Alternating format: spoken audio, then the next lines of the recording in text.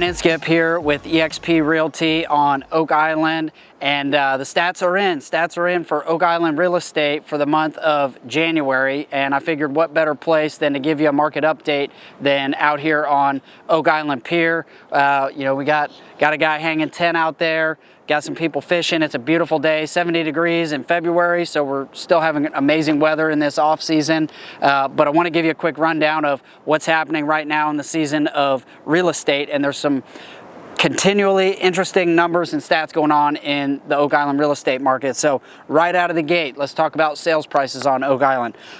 So far this year, if you remember my last update, I said the verdict is out as to which direction we're going to head this year. As of January, as we close that month out, we're starting to see a trend of which direction we're going to go. So for January, home sale prices on Oak Island were up 11.5% over a year ago.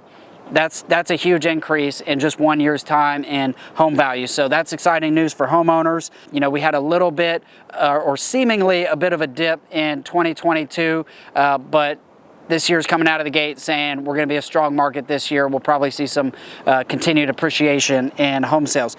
New listings on Oak Island is up 4.4%. And what that means is we've got more new properties coming on the market this year in January than we did last year in January, which is reflected in some of the inventory levels that I'll talk about here in just a bit.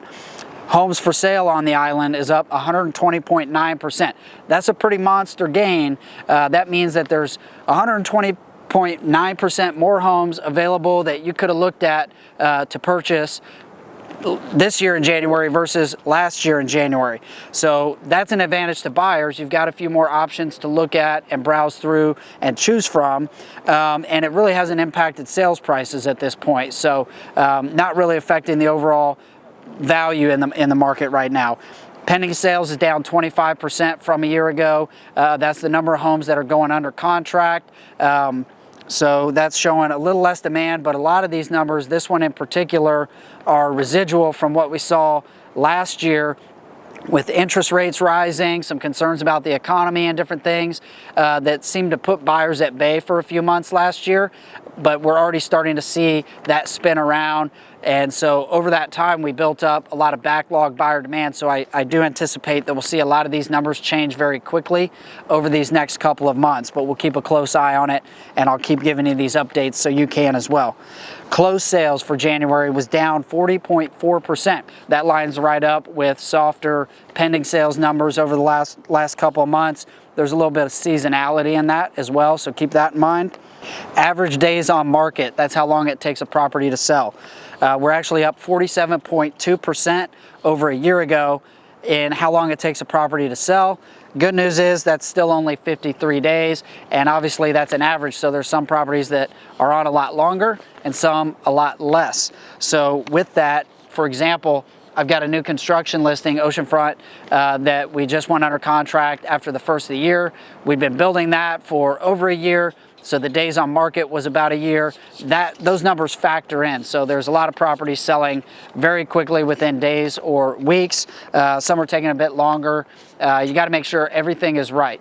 Price, marketing, how the property is presented, where it's at online, and how you're attracting buyers to it. So when all those things are lined up, properties are still selling very, very quickly. All right, so the list to sale price, that is the price that a seller actually gets versus the listing price that they're asking for, the asking price. So that is down 0.9%. So that's pretty much flatlined year over year, where you're still sitting at 96.6% of final asking price to the sales price. That's still really good. I tend to be in the 98 to 100% range, so we're beating that market average on listings, because a lot of that has to do with pricing strategy, the marketing that we do. We're getting properties sold for better values in less time and closer to asking price or still above asking price. Month supply. So this is if no new properties came on the market, how long would it take to sell everything currently for sale on Oak Island? And right now we're sitting at 3 months. 3 months and Oak Island would be sold out of real estate. That is actually a 200% increase from a year ago, which seems huge, but again, comparing that to historically low numbers where at points last year we were less than a month and even measured supply by days or weeks. Average percent of list price, okay, this is the price that sellers are actually getting versus the last price that a property was advertised for. That has stayed very level, so that's down 0.9% from a year ago, so that's nearly flatlined. What you did see in the market last year is a lot of properties early to mid-year that came on that were just priced too aggressively and overshot the market, had to make some price adjustments to get back in line with the market, and early this year most of those properties that have been sitting on the market have since sold. Average price per square foot, so again, this is just what is the dollar value of real estate on Oak Island per finished square foot. That's up 12.6%. That lines right up with the increase in the average sales price on the island. Dollar volume of closed sales, that's how much worth of real estate have we actually closed. For the month of January, that was down 33.6%. So we're actually selling less real estate than we were a year ago. But again, I think we've got a lot of buyer demand that has built up over last year where interest rates were rising. People are starting to get used to that. The market's starting to normalize, and I think you're going to start to see a lot of these numbers level out. I think you'll see the dollar volume increase as we get further into the spring and certainly into the summer. I think you'll continue to see at least incremental increases in the average sales price, especially on oceanfront property and select pockets on Oak Island. But overall, the month of January had some really positive signs for Oak Island. There's still opportunities out there. Even though prices are up, there's still great opportunities out there for buyers.